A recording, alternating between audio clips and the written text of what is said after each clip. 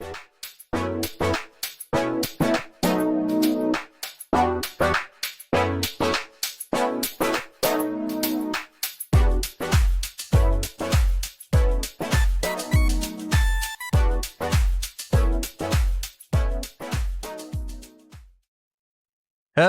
everyone, and welcome to Everything But the Cats, the only show. My name's Gage. I'm DJ. And today we are joined by... My name is Nathan. How you doing, Nathan? I'm good. Good to be back. Good to be here. Yeah, thanks for coming back. Those of you who have been following for a while know that we've had Nathan on 2 times before. Once when we were audio only, and once when we were pretty fresh in YouTube. And things have changed since then. He's been back on, which means he's what we call a repeat offender. So glad to have you back, Nathan. Yeah, I love being a repeat offender. So that's exactly how I would have put it. He's essentially our 5th member. Yeah. He's a member. So last time we had you on, Nathan, we talked about the Cinema Lounge. I think it was still pretty new, like pretty recent to you guys starting it, that we had talked about it, and you've been able to do a lot of cool stuff with it. And one of the things more recently that I was just kind of curious about was TapeCon. Yeah. Yeah. We just put that on. I didn't really know what it was when we agreed to do it. We're a VHS lounge, so everybody comes in and watches VHS mostly. We don't sell any, to the chagrin of the people that come in, because they'll be like, "Are you selling these?" And we always be like, "No, you can't have that, but you can watch it here." Which they just want to take it home, because most people, I don't want to say most people, a lot of people that collect VHS watch them at home, because that's what they were for until we were like, we should watch them here. So the TapeCon thing was like a kind of like a pop-up market. So the guy that did it, he'd done it before, but he was renting out warehouses and event spaces to do his TapeCon, and he would have like 20 vendors and then promote it as best he could and then try to fill it up with people that want to buy tapes. So I didn't ever go, but I go to a lot of people that were vendors at his convention last year, and they were like, he should do it here because you guys have plenty of space, and it would get anybody that likes VHS in your building because they might not know. So I was like, yeah, sure, whatever you need. And then it turned into like a huge event with like, I think we had 25 vendors total. And a couple of people brought arcade games and set them up outside. So we had like, I think we had a Godzilla pinball machine and some Pac-Man. And it went really well. And I had no idea the reach. Like I posted about it on Reddit in Springfield and in Fayetteville Reddits, and got a huge response. And we had like probably half the crew that came through there to buy tapes and old video games. They were selling Pokemon cards. It was like a nerd convention basically, and which is our whole building is like that every day.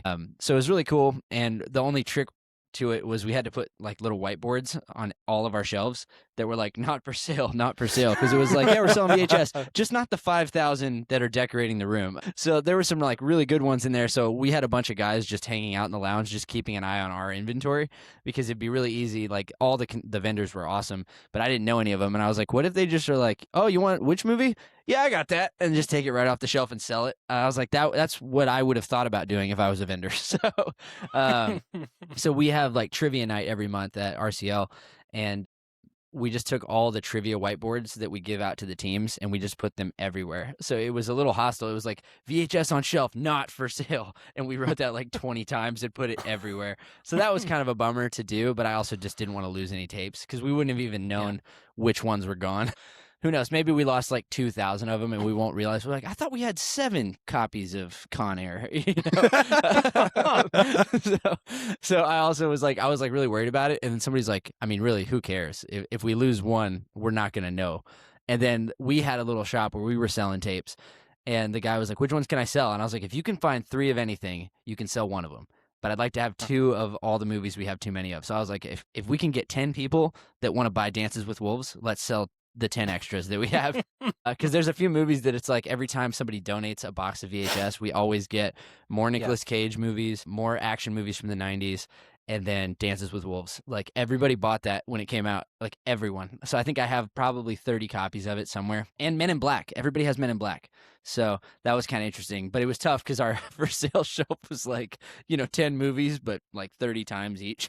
We were like, I've only got 10 left of this. This one's cooking, so that was fun.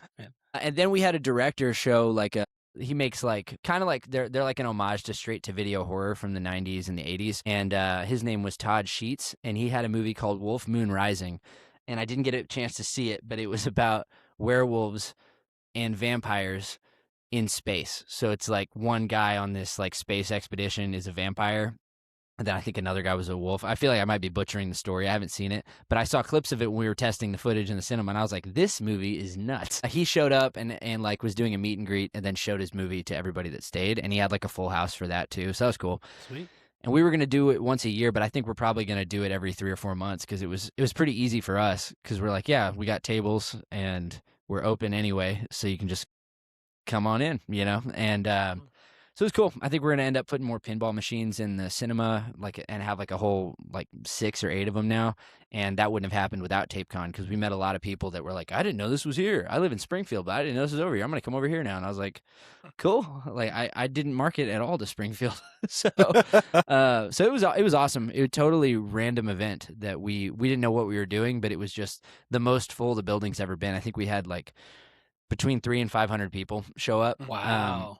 That's awesome. And it was just like in and out all day. And we had an animator playing movies all day in the cinema itself. And then a guy that makes his own lightsabers that lives here in town. He was selling custom lightsabers and doing like, I think I don't know for sure, but I'm pretty sure he was having fights in the cinema, like where people could test out the lights. So that was cool. It was really, really fun event. I think we'll try to do it at least once every season if we can. So there'll be another one at the end of the summer. But really cool and randomly like made perfect sense to do. And then I was like, we should do this all the time because everybody here is like, I love VHS. I'm like, perfect. It was good exposure for us. And I think the vendors had a good time. When was it? I want to say it was like April. I think it was April 18th. Yes. Just like updates. Dope. Mm-hmm. Cool. Yeah, and I Just think I even curious. told people, we're going to announce the next one next week. And then I was like super tired the next week. And I was like, That's fair. we're going to announce one. Just not right now. I got to pick a day and then I have to stick to that. So I think there'll probably be another one in August. Mm-hmm. Maybe. Yeah, maybe August. I was saying June the day of. I was like, we're doing it again in June. And then after I was like, August sounds more doable and further away. But I'm not a great event coordinator, but that one went off pretty well. And I had a lot of people helping. So I got to make sure the same people will help on the next one. Otherwise, the next one could be the last one, you know? So you said someone else had done the one that happened previously, and they were kind of in charge of this one too. Yeah. Now, and then you guys are going to put them on more often. I assume, are you going to try to work them out with him as well? Possibly. He's really good at it. He's good at finding vendors and putting it on, but he was at the event talking about how like he likes going to conventions and being a vendor. He doesn't necessarily like coordinating events and vetting vendors and collecting payments and organizing like weird buildings. Like our building's super weird. So figuring out how he was going to, and he had all these people, then we found out it was going to rain, so we had to move everybody inside.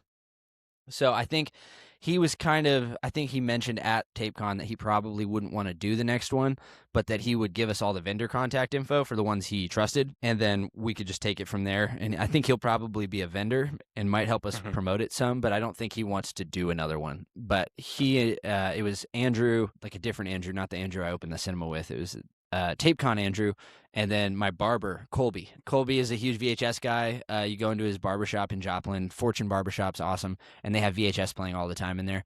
So he and I are starting like a vintage reseller like online, and we've got a guy that's posting all the listings, and it's called Nice Guys VHS. And we had a booth at RCL for TapeCon, and I think we're going to start doing retail at the front counter at the lounge. So Nice Guys will have a little shelf that's always stuff for sale. So I think the 3 of us, me, Colby, and then my buddy Taylor, who's unfortunately moving to Idaho like next week or something, he's going to do the online part of it. The 3 of us will probably do the next TapeCon, and then we'll have Andrew as like a consultant. That's the other reason that I'm a little slow to announce a date, because I'm like, I got to do a lot more this time. This is completely irrelevant, and it's a little personal. What do you pay for a haircut? What do I pay for a haircut? I don't Yeah. know. Let me think what Colby charges. It's been like 3 months, so I think I pay enough that I don't get them as often as I should. So probably, I want to say like 30. Okay, not too bad. Yeah. So you kind of already answered this question that popped into my head while you were talking about TapeCon, and we can keep going. What is Dances with Wolves, the tape you think you have the most copies of? Tape I have the most of. I think it would be Men in Black, Dances with Wolves, and I feel like we have a ton of Con Air and Gone in 60 Seconds. I actually have like a ton of like repeat Nicolas Cage movies, and not because I'm a fan, but just because he was so popular when VHS was in its heyday. But you are a fan. I am a huge fan. Yes. But I didn't go and look for these. I think maybe people donate more Nicolas Cage because I talk about him. But yeah, we have a ton of Con Air, Gone in 60 Seconds, Face Off. All great movies. And I feel like I watch them all the time. Like they're just on all the time at the lounge. So if I go in and I got to do some work, I just put one of them on in the background so it's playing on all the TVs. But those are the 3 or 4 that we have the most of. So did I say Men in Black? We have like 20 Men in Black. So also, I know that like this collection started out was already big, like when you guys started the Cinema Lounge. And I assume it's gotten quite a bit bigger since. Yeah, since we last talked, I probably got another 3,000 tapes, but like I don't think I bought any of them. People just give them to us. Usually it's a little sad. It's cool that like we get to continue somebody's collection for them and like take care of their stuff. But typically when an older couple, one of them passes away, the other one doesn't want the movies anymore. So we've had like probably 3 widows that just reached out and was like, please come take all these movies. And one lady had like 1,000 and half of them were still wrapped. So they were like mint condition. And she was like, just take them. I don't want them. And she had coax cable and VCRs she wasn't using. So the whole place kind of is reliant on having functioning VCRs. So we always are taking VCRs. We have like a stack upstairs of all of our backups in case one breaks. Because you can't really fix them unless you're like a VCR guy, and none of us are. So we just are like, somebody actually reached out on a forum about our business model, and they were like, well, what are you going to do if the VCRs break? And somebody else was like, well, he has to learn to fix it, and he's got to take this course. And this other guy was like, no, he's probably just going to get way too many VCRs, and then that's the solution. And I was like, bingo, the great idea. Because I was actually thinking, I was like, maybe I should learn to fix them. And I was like, no, I'll just get more. So I was going to say, judging by the conversations we've had, I don't think your schedule would allow you to take a course on how to fix VCRs right now. Yeah, as soon as I get home, I'll fix one, and then don't break it. So we had 2 go down last week that we were using for personal use. And then like I grabbed a VCR, took it home, was watching movies, and it stopped working. And I was like, it might be me, because the ones that are in the lounge, they just last forever. But it could be like the minute you start transporting them to and from places, you get them in a car, they start shaking. There's like 100 parts that make a VCR work. I don't know what any of them are, but I've seen them because I opened it up once and was like, I'm not fixing that. I'm sure there's a YouTube video on it somewhere. There's got to be. There's got to be some guy out there that's like, I'll fix him, So I just hope I find him, and be like, move here. Just come to Joplin. It's like a heaven for you in this room. Judging by a lot of the stories you have about the people that you work with and the different things that have happened just in your experience with the Cinema Lounge and the other things you're doing, I feel like there's already someone in Joplin who just does it for fun. Gotta be. There's gotta be some guy. But the people I've met typically want compensation, and I'm not good at that part of it. I'm like, I don't have a VCR repair budget, Maybe I need one in 2027. But this year I'm like, nah, dude, you can do it for the love of the game, or we're just gonna use a backup VCR. Hey, dear listeners, if you happen to be a person who wants to repair VCRs for the love of the game, reach out to Nathan. I'll give you a free slice of pizza for every VCR that you fix. You fix 8 VCRs, that's a whole pizza. So yeah, and you know what? You probably might have a day when you need to fix 8. I have them. I've got at least 8 that I could use a fixer for. Oh, okay. What tapes do you think you've gotten that are the coolest in your collection? There's a movie called Happiness with Philip Seymour Hoffman. It's a weird movie. Have you seen Happiness? Yeah. Oh my gosh. So I love that one. I actually did pay somebody to fix that one. So it's a little scary because it's a very messed up movie, and it's a really cool portrait of like the underbelly of suburbia in America, but it's really messed up, and I don't recommend it to most people. I've probably recommended it twice ever. I'm like, you could watch Happiness, but if you don't like it, like I also don't like it then if you don't. But that movie, we have one copy of it, and it was having trouble playing, and we thought it was like mold in the actual film in the VHS, and that's hard to fix. But we had a guy who can clean tapes, and he was like, yeah, I'll fix it for you. So he picked it up, and the issue wasn't the tapes. It was that the plastic cover on the VHS had gotten busted in. So it was like scratching the tape as it was rolling. So he just put it in a new box, like a new movie shell. So he took all the tape out and then he put the spool into a George of the Jungle, which we were fine with because we were like, yeah, one less George of the Jungle is good for society, you know. But the problem now is it's in a happiness box, but then when you take the tape out, it says George of the Jungle on the tape, and it's not George of the Jungle. It's a movie that nobody who wants to watch George of the Jungle should be watching Happiness. So I haven't heard any issues about it, but I think that tape is like behind the counter on display because we don't want anybody to just be like, ooh, Happiness. That sounds like it'll cheer me up, you know? And that it's not a happy movie at all. It's very sad. I feel like that's also a movie you probably might not want to play like in a public room too often. Yeah. I've watched it in the lounge while we were open before, but I took the very back TV where you'd have to go over there intentionally to see what we're watching. Yeah. To be assaulted by it. Because that movie is like an assault on your senses a little. Dude, when I was a little kid, we would rent George of the Jungle like every week, probably, because I loved it that much. I'm just picturing like 3-4-year-old Gage accidentally gets Happiness instead. That would fundamentally change who I am as a person. Yeah, in a good way. Sure. There's so many examples of who you don't want to grow up to be in that movie. That's true. The dad therapist guy, oh my gosh, brutal. Yep. And then the Philip Seymour Hoffman character, and John Lovitz, just playing John Lovitz, you know? I'd say most of the cast, honestly. Yeah, I don't think there's anybody to root for actually in that whole movie, which is crazy. That guy made one other good movie and then a bunch of other movies. But his other good movie was called Welcome to the Dollhouse. Have you seen that one? I have not. If you liked Happiness or you were moved by Happiness, you should watch Welcome to the Dollhouse. It's less super uncomfortable. It's uncomfortable, but it's just regular uncomfortable. It's like palatable uncomfortable. Yeah, like Nightcrawler. Yeah, like Nightcrawler. This is related, unrelated. Do you happen to have the Anthony Michael Hall classic, A Gnome Named Norm? A Gnome Named Norm. I have a lot of Anthony Michael Hall. I might have that one. I'm not sure though. It's the kind of title that like my brain wouldn't even register if I was looking at a shelf. I'd be like, skip. That's fair. There's a lot of weird movies. Today you guys know RJ Harbison? Yeah. Yeah, so I had coffee with RJ today and we just were talking about the tapes on the shelf. And we looked over at the shelf, and I don't even remember the title now, but I was like, what is that? And I feel like that happens anytime I stare at a shelf for too long. I'll be like, is that a movie? Like, that doesn't look like a movie.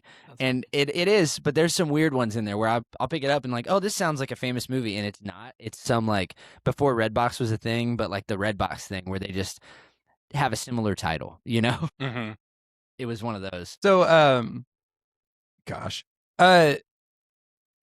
before we get too off track, I guess, you mentioned also that you guys are going to be putting on a film festival soon? Yes. Yeah, we're going to do a film festival in August. That's the plan. Okay. The band just got super busy, so we're leaving tonight, and then we're going to be gone for all of May.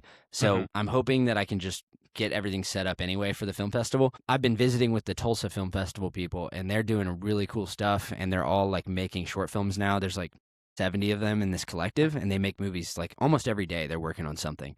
So I'd like to replicate that film community in Joplin, even if it was half the size, you know? But yeah, the film festival, like my uncle made a movie that I got to help on, and then some friends of mine, like this guy that comes to the cinema, he did the last music video for Fox Royale. He's worked on a show for HBO for the last 3 years called Ianu, and what was the other thing? Oh, he's got a couple movies on Tubi now, and he likes to make horror movies and then also short film comedies. So over New Year, he told all of us at RCL that we had 2 weeks to write a short film. And if we wrote one, he would make it, like he would finish the production based on our script. So after we did that, we were like, oh, this is kind of fun, but it'd be cool to just showcase other people's movies because we have a cinema and we're just playing whatever we want. But it'd be really cool if we could actually showcase new stuff from people in the area. And there's a ton of filmmakers in Tulsa, Springfield, and a few in Joplin, and a bunch in Kansas City. So we're thinking that being the meeting point for all of those would be awesome. There's a pretty big film community in Bentonville now too. So I think we're going to do a film festival and have like 4 feature films that will play like every 2 hours or every 4 hours we'll do a feature film, and in between there'll be like an hour-and-a-half time slot for short films and like local short film competitions. And I think we're calling it Royale with Cheese Film Festival, and that'll be the plan is the last weekend in August, and then we'll probably do the TapeCon that same weekend. So Busy weekend. it's going to be a lot, but I figured, just do it all right then. Like, you know what? I just got back from a tour, gonna have the busiest weekend of the year. Yep, exactly. Yeah, there's another tour we might be getting on, and if we get that one, it's really going to throw a wrench in the end of August festival TapeCon weekend. I'll be like, hey guys, it's happening. I already scheduled it, I already announced it, and I will not be here for any of it, which is kind of like what I did tonight at the event at RCL. I was like, this will be great. Yeah, let's do it. And then I was like, all right, everybody good? All right. And then I left. I think it's just good management to not be there when important things are happening. Delegation. Exactly. Or something. I threw that word around today too. I was like, yeah, I'm just trying to learn how to delegate.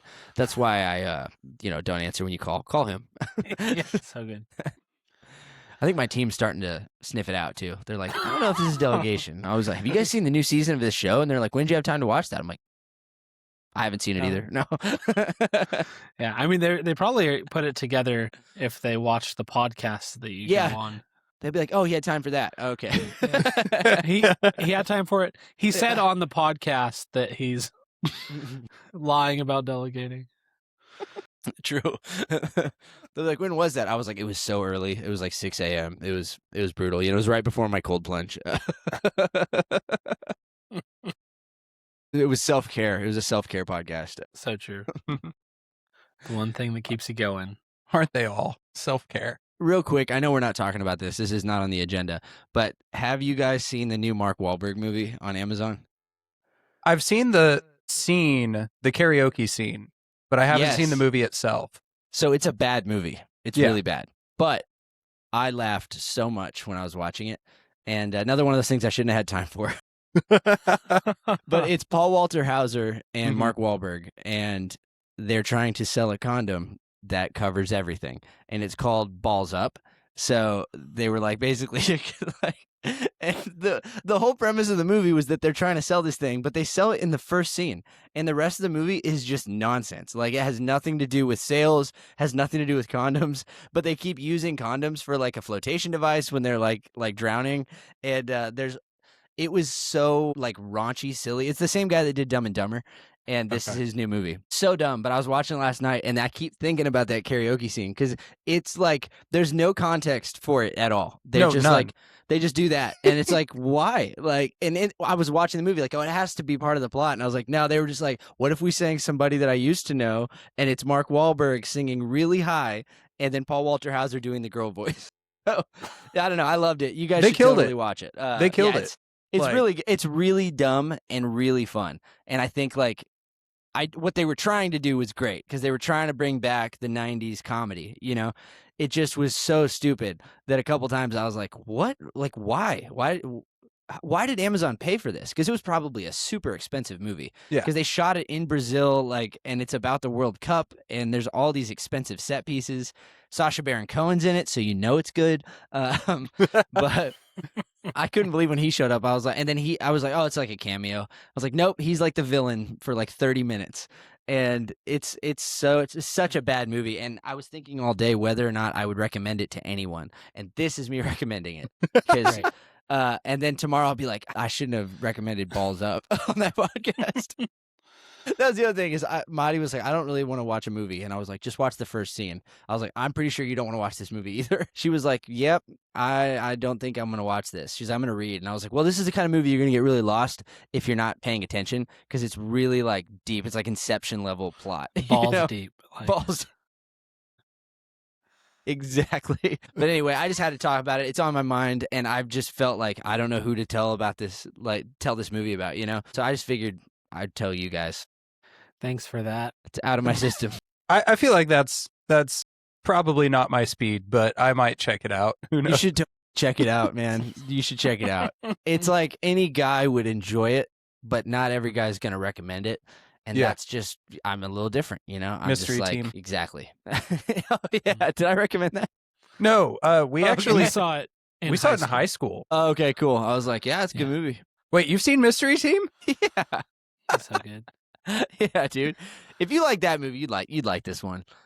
I haven't liked that movie since I was in high school, Oh, but To I be fair, loved it like, in high school. this one will take you right back to high school. It's just Great. the dumbest humor. It's so dumb. have And you recently rewatched Dumb and Dumber?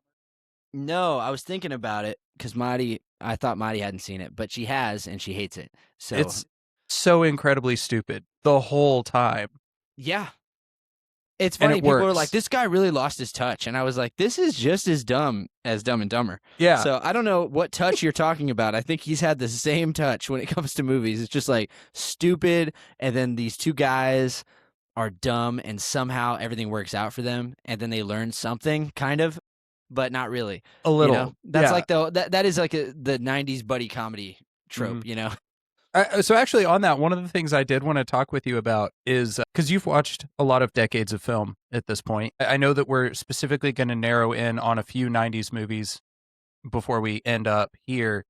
But I did want to ask, like, how do tropes, like, what are some tropes that you think are like definitive of the decades or the eras of film? Like, what if I was watching an '80s movie but didn't know it was from the '80s? How would I be able to tell, or something like that? Or what are some of your favorite tropes? Anything along those lines. I love the lead guitar in the soundtrack on '80s movies. Like Lethal Weapon does it, and they have saxophone too. The soundtrack in the '80s was really funny because it'd be like some guy like Mel Gibson's character lost his wife. You know, that's the whole thing in Lethal Weapon. And every time he's thinking about his wife, there's just this guy doing this like slow ballad '80s rock solo on guitar, and that's all you hear. And it's just like kind of takes me out of the movie a little bit, but it's funny because it's just like there's just some guy like. And he's like, yeah, she's gone. And he's like, and then he's like drinking. And that's in so many movies where it's like, oh, sad. They're like, what would convey sad?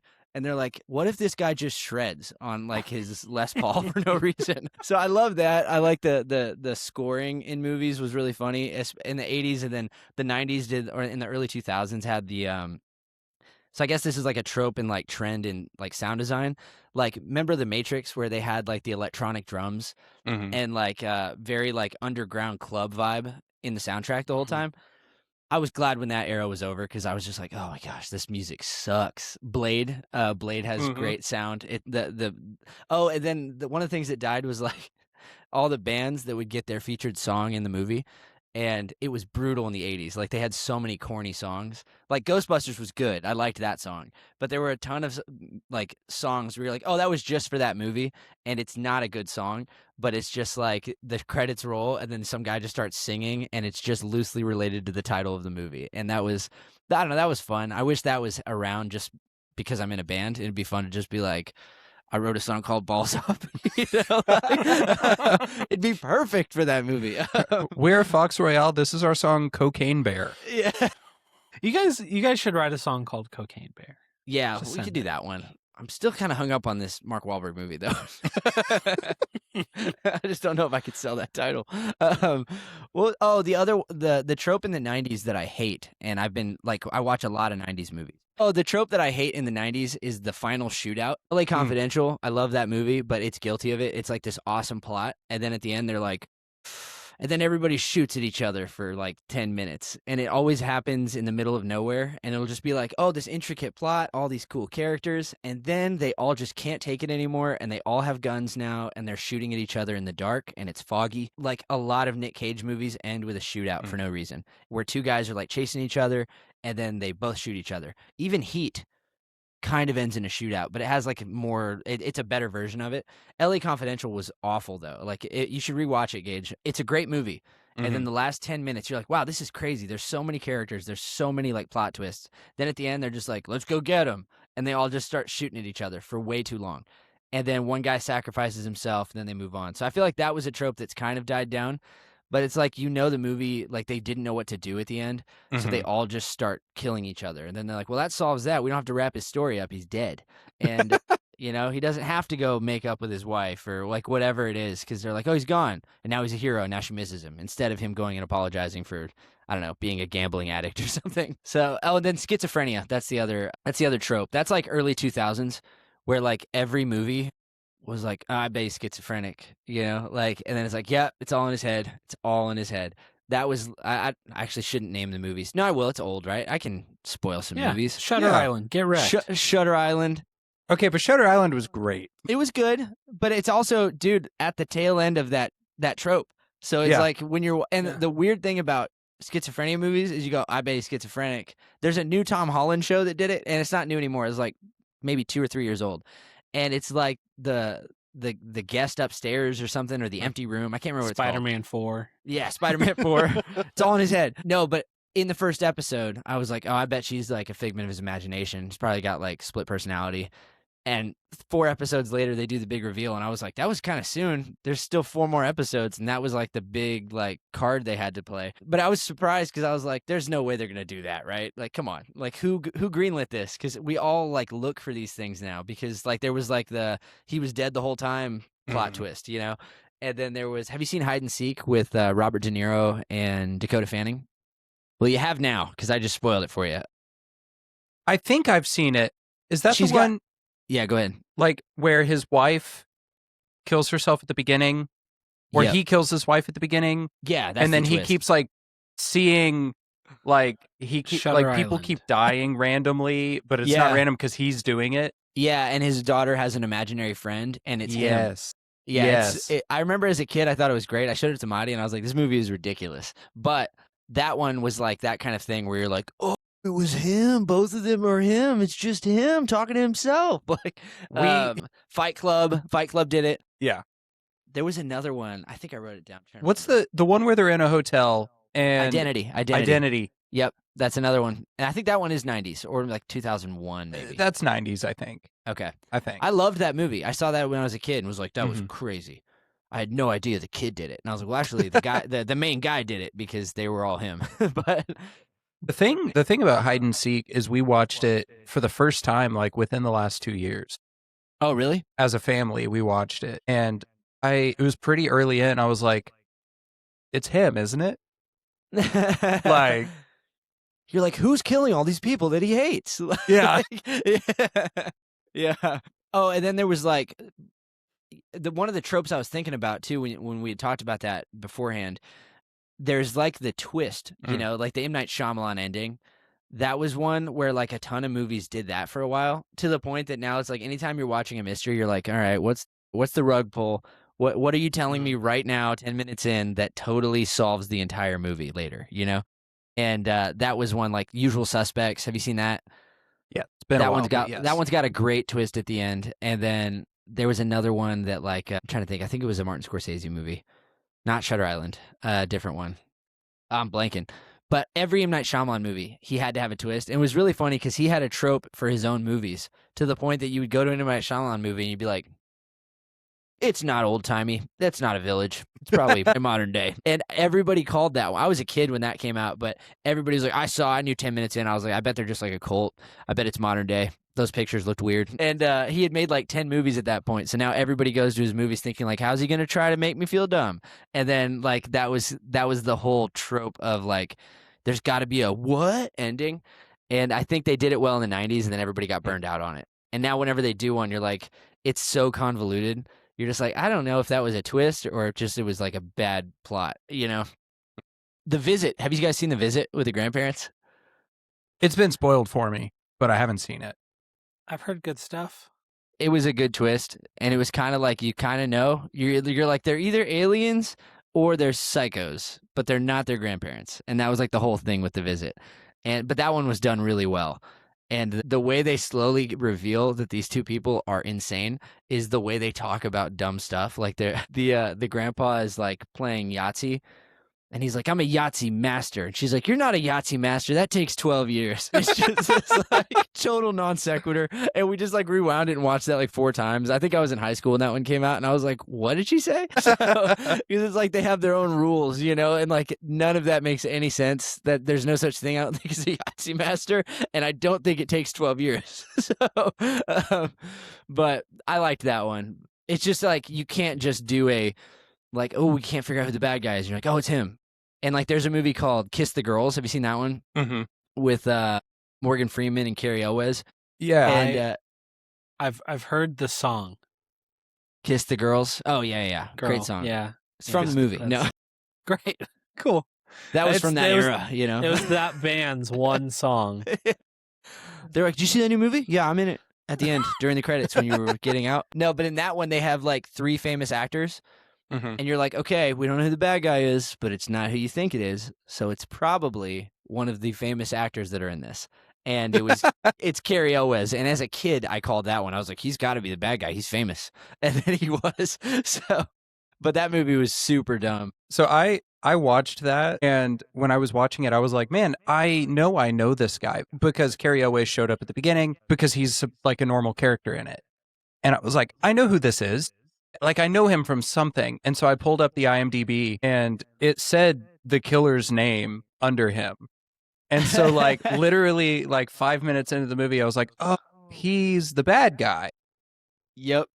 He's And also he's from a The Princess cop. Bride. Yeah, yeah. You're like, I knew him. He's the bad guy in this. And so that was that was my experience with that movie. So Nice.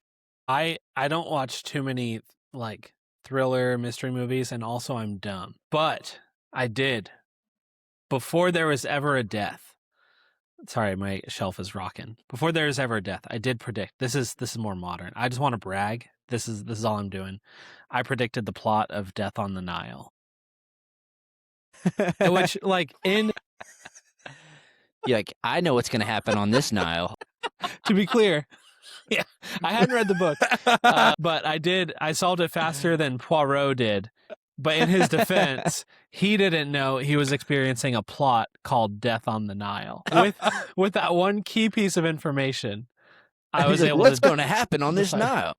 Yeah, I knew who was going to die and who was going to do it. But that's right. It's just because in those movies, whoever's the biggest actor is going to die. Yep. And that's the It's cheaper that way. Yeah. Yeah. It's just like, yeah, kill him now. yeah. You can put him on the poster.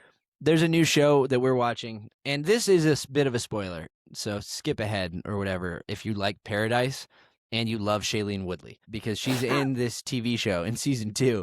And I was like, how did they afford Shailene Woodley for a whole season of this show? Because she's like a movie star, she's not a TV star.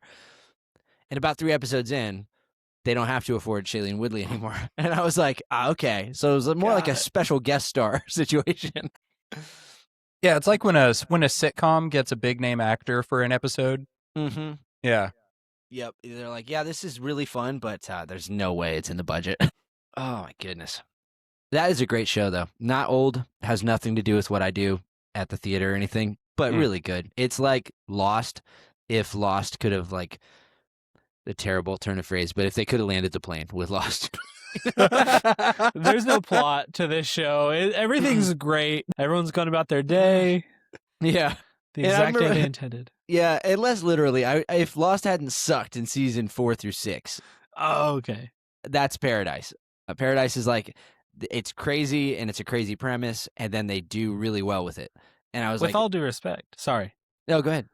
they're only on like season 2. They've got time. Oh, they're only doing 3 seasons. They're only doing 3, which I was like, good for you, because this show's a hit. And they were like, we're doing our 3rd and final season. Now watch that get walked back. They were like, we could make a lot more money off this. I was gonna say, Ted Lasso said they were only doing 3 seasons, and season 4 starts in August. So yeah, I kind of gave up on that show after season 1. I was just like, yeah, I don't really like the. I felt like it was done, and then they were like, well, what else is going on in London? Like, what if he's sad again? So that's like one of my favorite shows. Like all 3 seasons. I'm so sorry. No, you're good. You're good. Season 2, I was like, too many side characters. I'm out. No, and I understand that. I just like I watched it at a time when like the through line of the entire thing just really resonated with me at that time in my life. I mean, still does. But like I'm not excited for season 4. Like I think it's going to be bad, and unfortunately, I think it's going to like sour the first 3 seasons. But have you seen any of From? No, that's Okay. the guy from Lost. It is the guy from Lost. It's some of the Can't same do it. writers as Can't Lost. support him. No, I didn't like him in Lost. I'm not watching his new show. No, I actually have heard From is really good, but I actually did see his face on the cover and was like, I don't know. Is this going to like hook me and then let me down? So DJ and I have both watched all of the first 2 seasons and at least like 3 episodes of season 3. I've finished it. I have not finished season 3. Is it good? I mean, I really like what I've seen. Okay, cool. DJ was not convincing. No, I enjoy it. Like, I feel like there are points where, I mean, it's The Lost Guy, right? Where it feels convoluted for the point of being convoluted, but they're stopping in 2 seasons, so hopefully we'll get a bow on top of it. And Mm-hmm.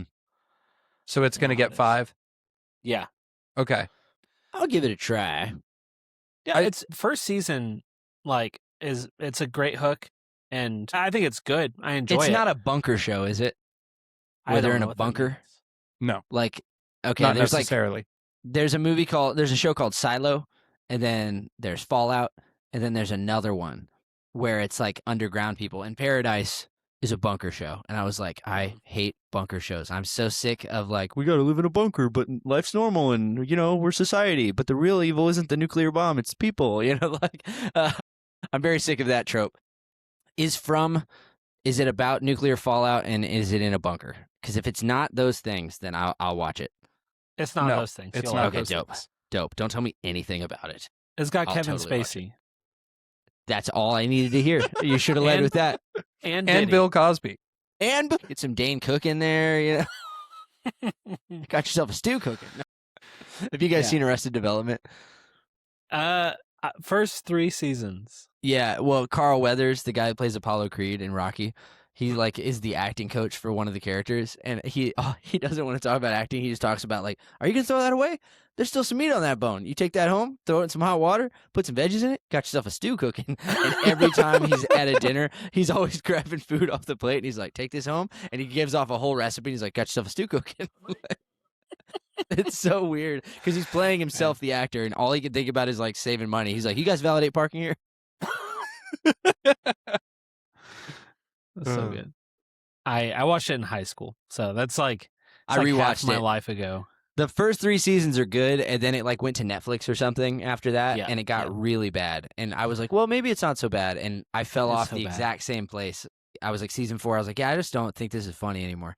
Yeah, I tried, and then So there are a couple things, right? First of all, Michael Cera has aged visibly, and it's Yeah. like in the story, it's been about 2 weeks, but that's a grown man. Yeah. So I struggle there, and it was just different. It was not good. Yeah. Yep. There's our official Everything But the Cats review. Not good. Not good. Yeah. Bring okay. me. Sorry, Go ahead. Sorry, DJ. this is gonna be a dumb joke. Take it away, Gage. I was going to say, we're at 9:23, and I Is it? want to be able to get to the specific movies that you wanted to talk about, as much or as little as we have time for, and then go ahead and land the plane. Unless, DJ, do you have anything you want to ask Nathan, or do? Real quick, Lost has the mom from the Santa Claus. Really? Yeah. Yeah. Yeah. Dope. I just assumed she played Mrs. Claus and nothing else. It also has Yeah, Pippin. It does. No, Wild. it has Mary, not Pippin. It's Mary? Yeah. I always get That's those two embarrassing. confused. Yeah, he's Drive Shaft, the band. He's in Drive Shaft in the show.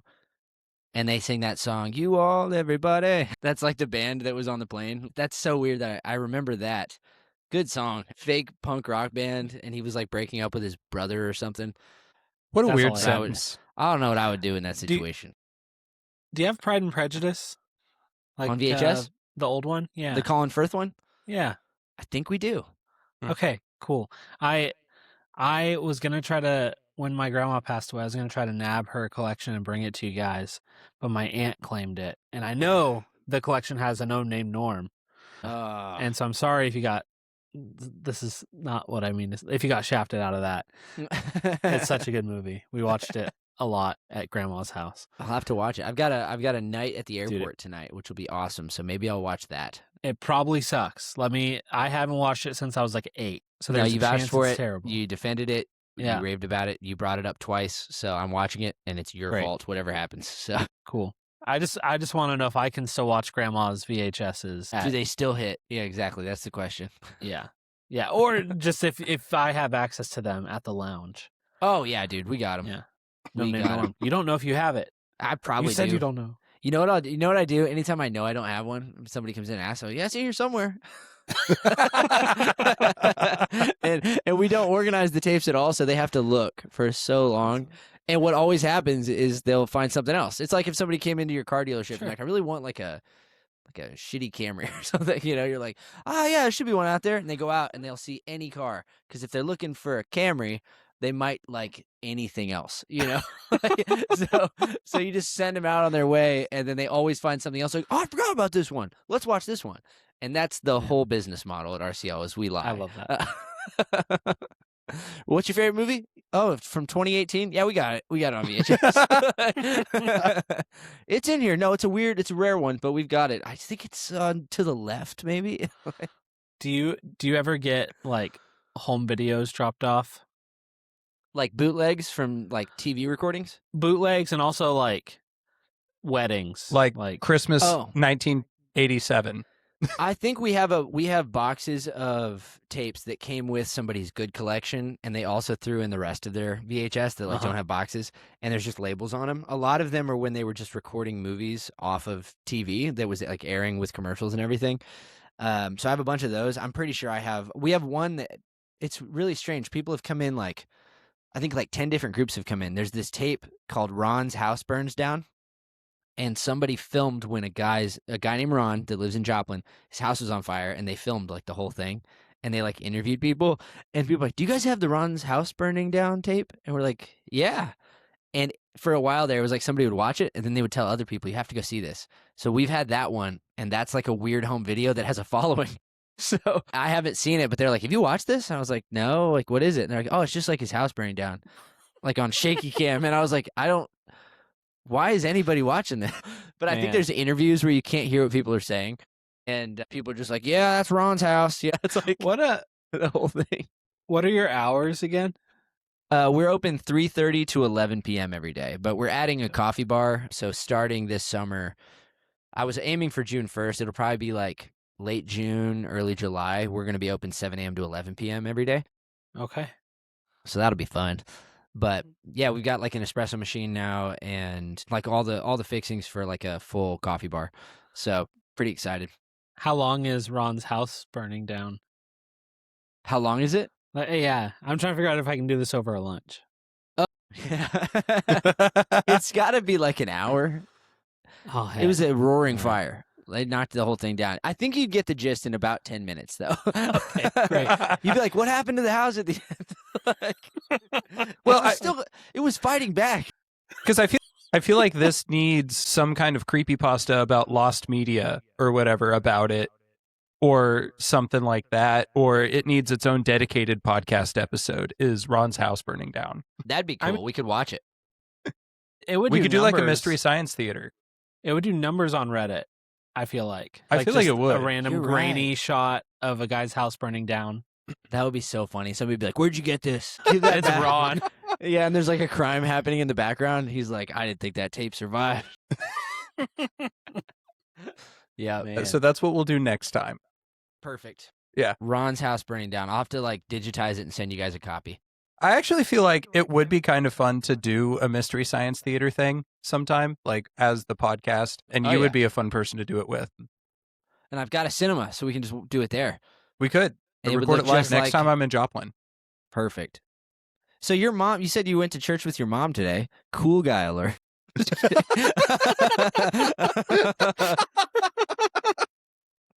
So I was curious, are you in Kansas or where are you? Or is Mississippi. She's in Mississippi too? Yes. The whole Okay, family's here. Are they visiting or they moved there? Like, they're the reason I'm here.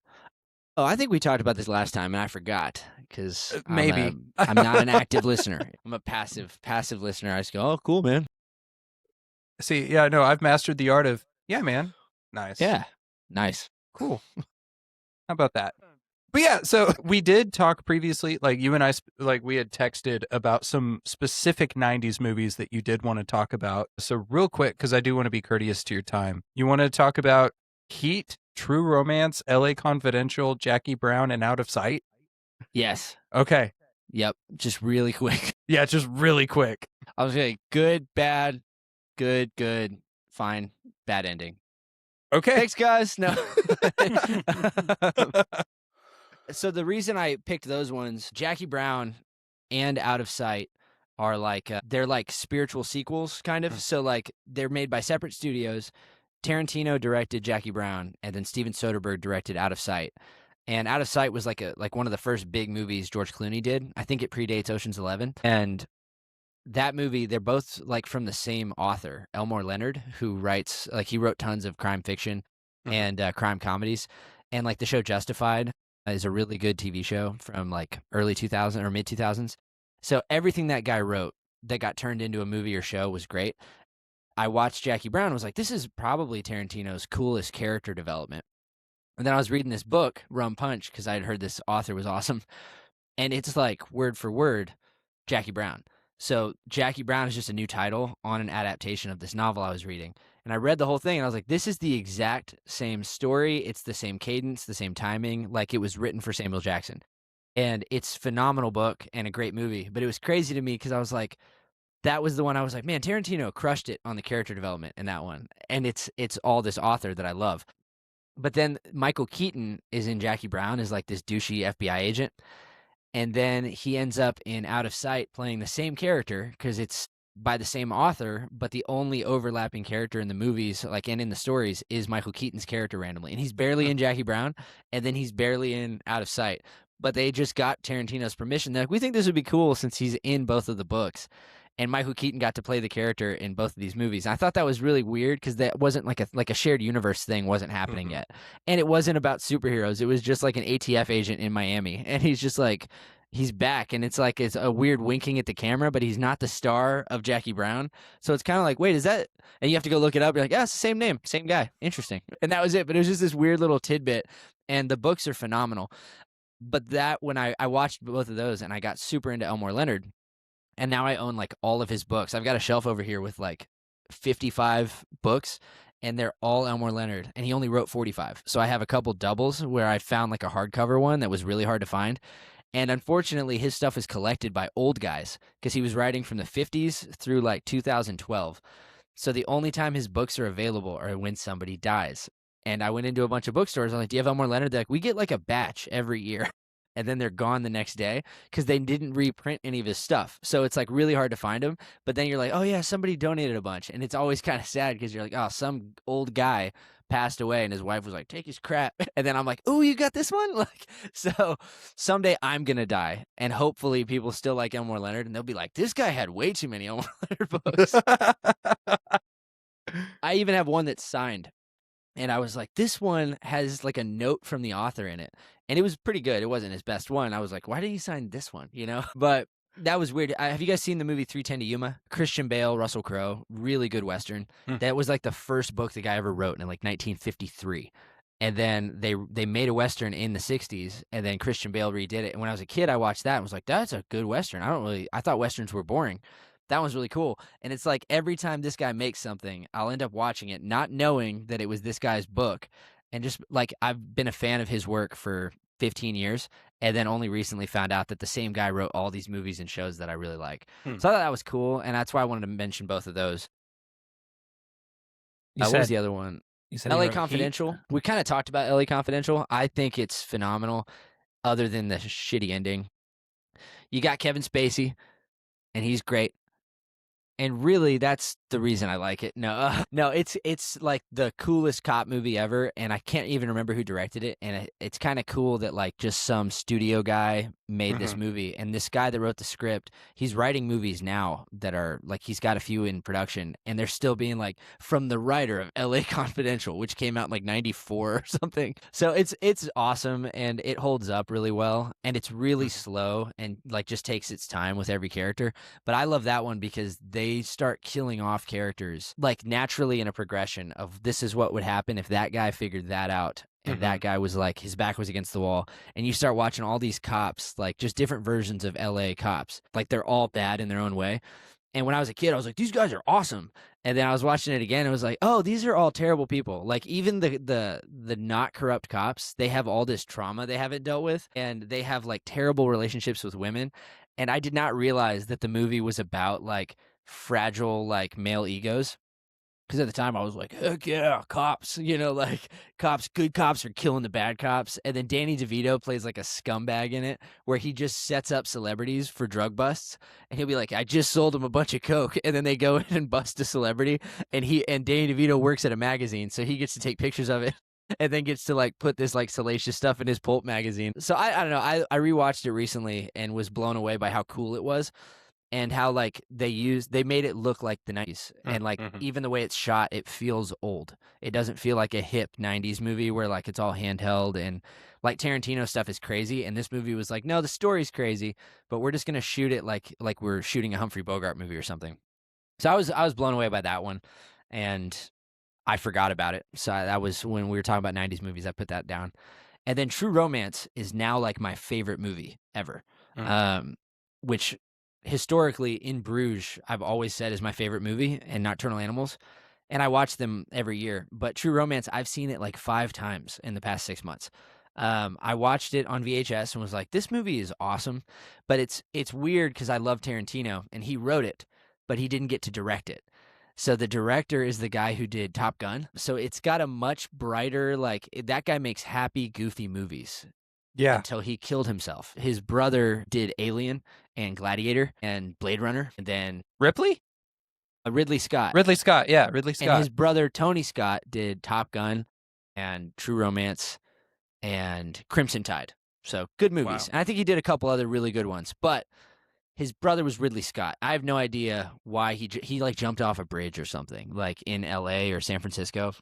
So really sad and sucks, but this movie is so good. And he's the only person who's ever really gotten to do a Tarantino movie for Tarantino. And Tarantino was still working at a video store, and he sold the script. And then because of that, he was able to go make Reservoir Dogs. And they came out like the same year, but he had sold True Romance, and it got a huge budget. It's got Samuel Jackson, Gary Oldman, Christopher Walken, Dennis Hopper, Christian Slater, Brad Pitt, Michael Rappaport. Oh, Tony Soprano is in it. Like, it's nuts. It's a really, really good movie. James Gandolfini? James Gandolfini. No, his name's Tony Soprano. His name was Tony Soprano. His name was also James Gandolfini. In a May way. he rest in peace. His name was Gandolfini, but he is Tony Soprano. But yeah, so it's got like this star-studded cast, and they're each only in it for like 1 or 2 scenes. But I watched it and was like, that was really cool. And the soundtrack is phenomenal and really happy sounding, but it's like Tarantino violence, drugs, corruption, but the storyline's awesome. And it's like the rare uplifting Tarantino movie where typically they just kind of like, and then it gets dark and dead and ugly and violent and everybody dies and heads explode. This movie was like, it's a little bit of that, but it's a love story. So I loved it. And then when I was in LA like a month ago, and I went to Tarantino's theater and they were showing True Romance, and I was like, this is crazy. The weird thing about it was I laughed because there's some politically incorrect stuff in it, like a lot. It's a Tarantino script from the 90s before he even knew about rules. And he was just like, I think this would be crazy if they said this. And then they made the movie and they left all of it in there. So I was watching this movie and I laughed a couple times at like other people were laughing too, but it wasn't great. And there was a guy behind me who fake laughed, went, ah ha ha, like right in my ear. And I was like, this is not the crowd for this movie, because like I'm in Los Angeles and this movie is just like spitting in the face of everything healthy and progressive, but phenomenal movie. And then so I watched it there and I was like, that is like, it just makes you feel good. It's shocking. The dialogue is crazy. It's got a rhythm to it. And they reference Elmore Leonard in like the first scene of the movie. And I was like, that was an Elmore Leonard reference. They like say, what are you, Mr. Majestic? And that's just some book he wrote in the 70s. It's not even like a great one, but it was just weird that like Tarantino has been such a fan of Elmore Leonard all this time that like he just like offhand comment from Gary Oldman. And probably the worst part of this movie is that Gary Oldman has dreads and he's doing a like Detroit African-American gangster voice, and it's Gary Oldman. So it's a little funny because you're like, I don't think you should do that. I think even in the 90s, you probably shouldn't have been doing that, but it's a really fun watch. And the movie itself, the plot, the soundtrack, the cast, it's phenomenal. I came back and was like, that was so good. And then I watched it again and was like, I'm going to not watch this for a few months. But True Romance, phenomenal movie. And a lot of people that know about it love it. And then a lot of people just skip it. That's him. Don't worry. He dies quick in the movie. But yeah, so that was really good. And then Heat. Heat is relevant because they're making a sequel next year starring Christian Bale and Leo DiCaprio, and they have never done a movie together. So I'm really pumped for that. And I think Austin Butler is going to be in it too. And I think it's got like a crazy cast. What's that girl? Ana de Armas, I think, is in it too. Mm. So, but Heat is De Niro and Al Pacino, and one of them's a cop, one of them's a thief. And it's like The Dark Knight.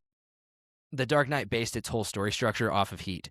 So the bank robbery scenes look very similar. The color grading, it's very blue, kind of like The Dark Knight has like a blue hue to everything. And then you have like a villain and a hero that are very troubled, and the hero has a lot of problems.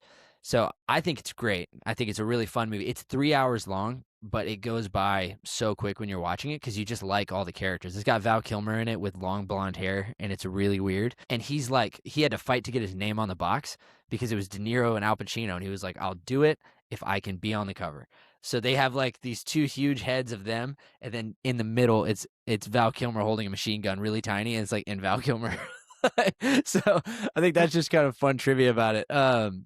But it's really, really good movie. But I was watching that like a year ago, and I realized that movie, when I first saw it, I was like, nice, these guys are unstoppable. It's all about Robert De Niro's rules. It's like you can't have anything in your life that when the heat's around the corner, you can't walk away from everything you care about in 30 seconds flat. Because basically he's like, if you have commitments and you have family, then you can't take care of yourself and you can't get away from the cops. And it's like this rules to live by, like some Jordan Petersonism kind of thing. But it's bad. And in the movie, like, they all have these rules. Like, Al Pacino keeps leaving his wife alone at dinner because he has to catch the bad guys because that's all he cares about. And then other guys keep cheating on their spouses. And what the whole movie's about really is about marriage. And I did not know that when I was watching it the first, like, 4 times. I was just like, kill him. You're going to get the bank robbery. And maybe they'll get away this time, you know? But really, it's about, like, this. I just didn't realize that. I think maybe it's just, like, arrogance of being like, they probably didn't know about, like, you know, toxic masculinity back then. But I think they did. And I think, like, there were a few writers that were like, people aren't even going to get it. But it's actually criticizing culture, you know? And I thought Heat was awesome for that reason. So that's a great movie. They're making a sequel. And other reason I mentioned True Romance, that's like one of the few times Tarantino let somebody else direct his work. And he's doing that this year. And they're making a sequel to Once Upon a Time in Hollywood. And David Fincher is directing it, which is like the first thing that's happened. That hasn't happened since Tarantino was famous. He was like, I write it and I direct it. And he wrote it, and Brad Pitt was like, please direct it. And he was like, I don't want to make this movie. So he was like, well, then let me have somebody else make it. So now we got Fight Club, Seven, Gone Girl. Like, that guy's going to make a Tarantino movie. So I'm really excited for that. Unfortunately, it's going straight to Netflix. So kind of weird. It could be bad. Did he also do the 4th season of Arrested Development? Tarantino? Fincher. No, I don't believe so. That's good. Yeah. No, he might have. No, you know who it was, actually? I think it was the Russo brothers who went on to do Avengers. So I don't know how you go from Arrested Development to, like, what if we made a good Captain America movie? Okay, gosh, there was one director, I can't remember for the life of me who it was, but, like, yeah, no, that's a dumb train of thought because I'm not going to remember anything. It was like everything he had done up until he did a Marvel movie was like horror films, and it's not Scott Derrickson. Jordan Peele. The day he does a Marvel movie would be amazing. Did you guys like Sinners? I haven't I seen haven't it. seen it yet. I've texted you about it, and I know you loved it. I liked it.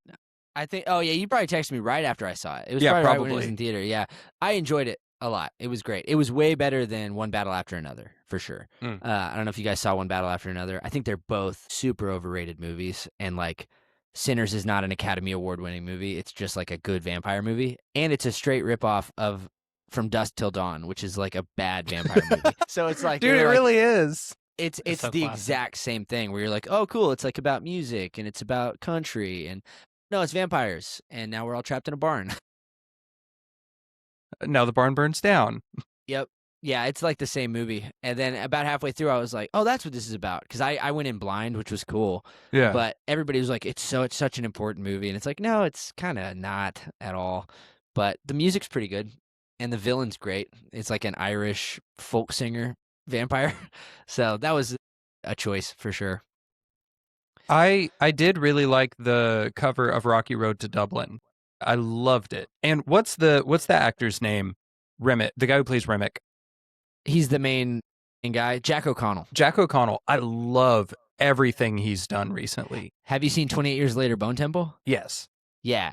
That was like, as soon as I saw that one, I was like, this dude might be like one of my new favorite actors because He he's plays so such a good villain.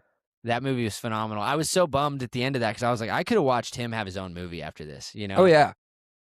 Such a bad person in that movie, but Oh, yeah. I loved that one. I saw an article today somebody sent me, and it was like, director says that Bone Temple bombed at the box office because everybody thought it was the same movie. Like, people thought that they just, because it was 28 years later, and then 6 months later, they put out 28 years later, Bone Temple, and it just looked like they retitled it and put it out again. Yeah. And I was like, this is great. And everybody's like, yeah, I saw it. And I'm like, no. This came out yesterday. And they're like, no, I've already seen it. And you're like, it's a different one. But it's so funny that the marketing team was like, just call it the same as the first one, and don't say 2, and don't just say Bone Temple, and put the same guy on the cover of both of them. It's like that was a shame. It was only in theaters for like 3 weeks, but it was like the best zombie movie I've ever seen. Well, and I it's think like that, like, Morbius go all ahead. over What? again. Sorry. It's like Morbius all over again. Exactly. I think that the thing about Jack O'Connell's character in the 28 Years Later movies is that he's very loosely but very definitely based on Jimmy Savile, Yep. which is an actual awful human being. And he just does such a good job of getting into that role. Yep. Crazy that he did that like almost exactly a year after Sinners, too. Yeah. He's great in both of them. And very different in both of them. Like a very different kind of evil. Yep. DJ, you're going to have to watch both of those now before you go to bed. Before I go to bed. Yeah. Now, before I go to bed, I'm going to finish making some cookies. And then there you go. I'll go to bed. No, And then you're gonna- I do want to watch them. I've watched the rest of the 28 series. Oh, okay. Yeah. It's Is weird that how what they they've call done that? it. Yeah. I Yeah. don't know. The 28s. That's what we Yeah. call it in the club. In the club. Into Club. We have a Facebook Yeah. group. We're like, is anybody rewatching it tonight? No. So 28 Days terrified me when I watched it. 28 Weeks also terrified me when I watched it because back then zombies scared me, but everything scared me back then. The years are just very intriguing takes on the direction of the series. Yeah. But like not in a bad way. Not in a bad way at all. It's strange that they waited so long.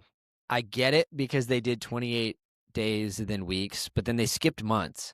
Yeah, they did And skip I was months. like, you could have made another one. You totally could have. And it seems like they just wanted to make more. And now they're just like, all right, now we're going to do 3. And they all take place 28 years later. And you're like, okay, so there was no rules. You could have done 28 days later and then 28 days later, the whatever temple.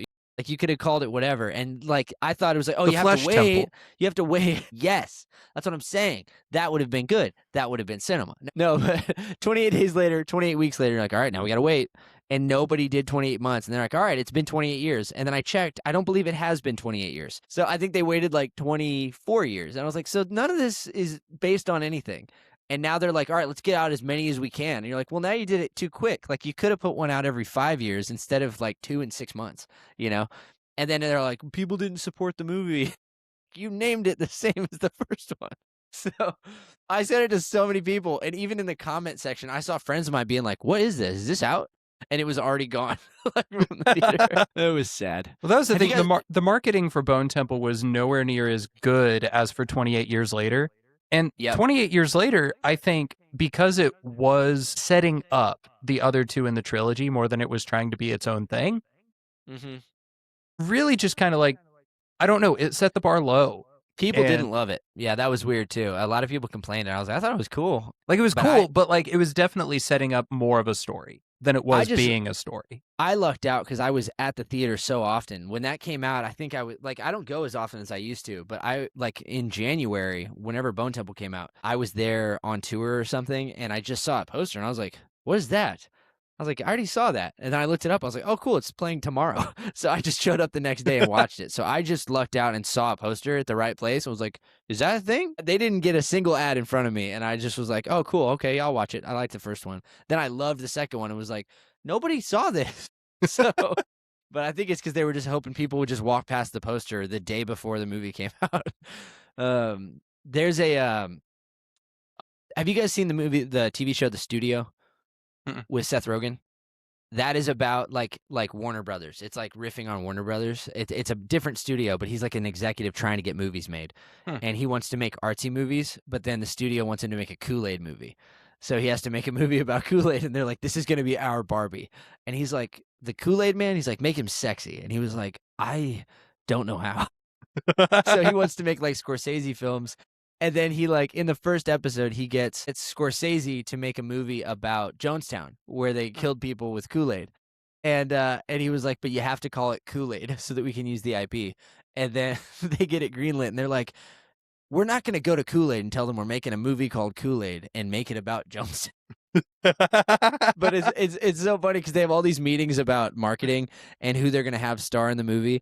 And there's a whole episode where they're just bickering about whether you can put Steve Buscemi in a movie. And then nobody can agree on how to pronounce his last name. And then they're like, either they know his name, but they don't know his face, or they know his face and they have no idea what his name is. And then he shows up at the end of the episode and nobody knows how to say his name. And then he keeps correcting everybody. He's like, don't worry about it. And then they can the movie. They don't even get it made. But that show, I was like, they could do like they probably will do a whole episode on how badly they did with the Bone Temple thing. Because there's like 30 people that are deciding how to market a movie. And that movie was like a $200 million budget. And then somebody was just like, yeah, I didn't promote it. So I really hope they make an episode. But that is probably the best show in the last like 10 years. It's so funny. It's so cool. And it's such an easy watch. And it's on, I think it's on Apple TV, but it's great. And it's good. Did you guys see Animal Farm? Last question. Did you see Animal Farm? Not yet. Have you guys heard about it? Is it like the cartoon version? I've seen a scene from it and it looked bad. Yeah. I was excited because Seth Rogen's in it and Kieran Culkin's in it. And Woody Harrelson's in it, and it's directed by Andy Serkis, who has directed some good movies, and he played Gollum in King Kong, and Planet of the Apes, and he directed it for Angel Studios, like a Christian production house. And then they made this movie, and it's all fart jokes, and it's not about the book. Like, it's like loosely based on the book, but it's like silly, and it opens with a rap hip hop cover of Old MacDonald Had a Farm. So it just sounds like they're saying it's like one of the worst movies ever made. And I was like, oh, Seth Rogen's Animal Farm is out. I'm gonna go see that. I was like, let me just check real quick. And I checked the reviews. I assumed it would have been like a 90 on Rotten Tomatoes. And it was like an 18%. And I was like, well, maybe the critics hate it because it's Angel Studios. Maybe they don't want Christian studios to succeed. It messes with the box office. I was like, I'll check Letterboxd. And I sat for an hour and just read people's reviews on this movie. You should read it because it's so... People were so mad because it's like people that like Seth Rogen or they like Animal Farm, the book, or they like Angel Studios, and nobody was happy with this movie. People were like, it wasn't Christian enough. People were like, this is not criticizing communism. It's like an anti-capitalist movie. So they like go in a completely different direction than the book does. And then the bad guy is a human instead of the animals, because the whole point of the book is that like any society with the wrong rules can like collapse on itself. And in this one, it's like, oh yeah, they kind of collapse, but it's the manipulative humans' fault. So, and they have fart jokes after every like major important thing that happens. So I almost went and saw it just because it sounded awful. And they said the animation looks bad too. So on top of everything going wrong, they also made it look ugly. So I don't know. I think we should go see it. Yeah, as a group, we should. Yeah. I did watch episode 1 of Lord of the Flies today. Is that new? Yeah, Netflix just put out like a limited miniseries, Lord of the Flies, based on the book. And the actors are all age accurate to how old the kids would have been in the book. And like, I already know the ending is going to break my heart because I know how it ends because I read it twice. Kid with the glasses, right? Yeah. And like, he's played by a little kid. And I'm just sitting here like, I don't want to watch him die. Like, yep. If it helps, it's just acting. I know that. He'll be okay. But oh my God. So in Paradise, this TV show, it starts with James Marsden. We should do a whole episode about James Marsden. You know who that is? The guy from Jury Duty. Yes. Yeah. He is having the like comeback of the century right now because he was Cyclops and he was he was in The Notebook and he doesn't get the girl in The Notebook. Yeah, so he's like in the early 2000s, he was in Enchanted and he didn't get the girl. He was in X-Men and he didn't get the girl. Yeah. He was in The Notebook and he didn't get the girl. Superman Returns, he didn't get the girl. And there was another one, I can't remember what it was, but he gets like ousted by the actual main character, love interest, in like 6 movies. And now he is like this star and he shows up, he plays like this douchey president in Paradise, but he like the whole first season is about like somebody killed the president. Who did it? And the Secret Service guy is trying to figure it out. So that's like the first thing that happens. But it's crazy because the whole show, they're doing flashbacks and everybody treated this guy like crap. Like everybody's last words to him was like, I can't wait for you to be dead. Then he like dies the next day in the show. And it got to a point where it was like every person, like his butler doesn't like him. His son doesn't like him. His girlfriend doesn't like him. His dad doesn't respect him. And they all told it to him within hours of when he got murdered. And the flashbacks are relentless. And you're like, oh my God, he's like a really nice guy. And everybody hates him. And I couldn't believe I cared because I'm like, he's like a 55-year-old president played by James Marsden. Like, who cares? But this show got you to where you really felt bad for him. And every conversation ended with him just kind of being like, no, I understand. He dies like right after they just like trashed him for no reason. His son's like, nobody respects you, Dad. Your music taste sucks. Like, it's just like, it's relentless. But it's really weird whenever like a character's dying or they'll like a character dies and then they show you his backstory and you feel bad for him because you know he's going to die later. I hate that. I much prefer them just kill a guy that you hated, you know? Like that's what killing in shows is for. Not like the sweet person that you're like, then other people die. And I'm like, oh, thank God. That was the worst actor in this show. But Anyways, yeah, I can't wait for that kid to die in Lord of the Flies. We should wrap it up because you have to get somewhere. So, Nathan, really quick, just where can people find you? I know you're going on tour. We'll share links to like your stuff, of course. My cinema is at Royale Cinema Lounge. The band is at We Are Fox Royale. My personal is Royale Nate, and they're all kind of linked to each other. We're going on tour for like the next 14 days. We'll be on the road. I think our first show is May 13th, so we're playing all over the Midwest. And then this fall, we're doing a West Coast tour from like, I think like LA up to Canada. So that'll be the first time we've done that. But staying busy. And then anytime I'm in town, I'm at Royale Cinema Lounge, not helping. So Delegated. Delegate. Okay. Well, we should do this. Thank you, Nathan, for joining us. Thank you, Thanks for DJ, having as me. always, for being my co-host. I want to say just a couple quick other thank yous. I want to say thank you to Adam Ward, Jared Scrowther, Jacob Casey, and Fox Royale for providing music for us at different times. But thank you guys for providing music, and thank you to the listeners for hanging out with us and watchers also, not necessarily in that order. But thank you for chilling out with us. If you're still here, why? Subscribe. Subscribe if you haven't. Statistically, you haven't. So go ahead. Yeah. If you're still here, you probably, I don't know, like us. Yeah, you're probably our friend. I don't know. If you're Or you're my dad, and I said balls too much. if you're still here and you have a crush on Gage, smash that like button. Subscribe. Let us know in the comments. Subscribe if you have a crush on Gage. We're about to lose subscriber. I already went and unsubscribed. So did I. Anyways, But as anyways, always, yeah, go ahead. Sorry. if our thanks aren't enough, please thank yourselves. See you guys.